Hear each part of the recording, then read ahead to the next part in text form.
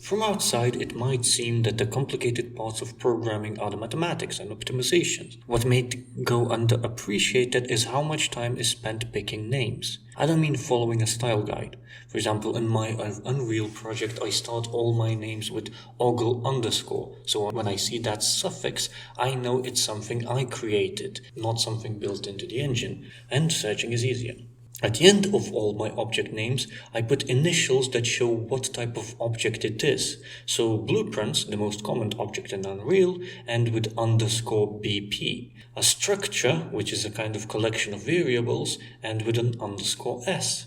A style guide doesn't have to be perfect, but it has to be followed consistently, which isn't hard. With time, I don't even read the ending and beginning of the name. It's the middle bit that's important, and that's the bit that can be difficult to pick. It's the description of what the object does and what it is, what makes it unique. For example, I have one blueprint called item, which is not very descriptive.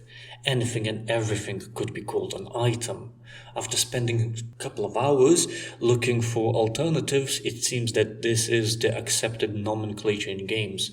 A thing that can occupy a slot in an inventory is called an item.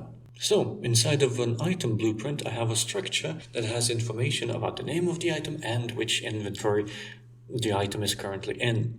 The word owner was already used for something else in Unreal, so I have a variable of the current holder of the item.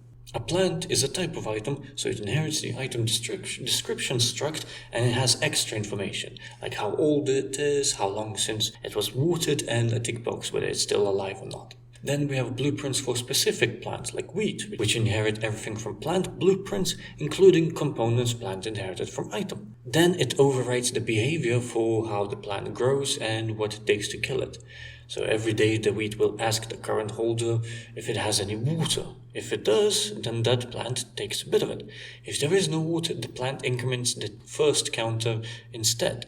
Wheat might be more affected by thirst, whereas other plants can survive without water for longer. The holder of the plant, let's call it a farm, should have limited inventory slots to hold the plants. We also need a counter for the amount of water available for those plants. The player should have the ability to place the farm on the landscape. It's not the only thing that the player can place, so instead of rewriting that placement behavior every time, I put it in a parent blueprint of the farm. So all the buildings can now be placed in the same way. After they are on the landscape, they behave differently. The important thing to remember is that buildings are not items. That's all for this one. Bye.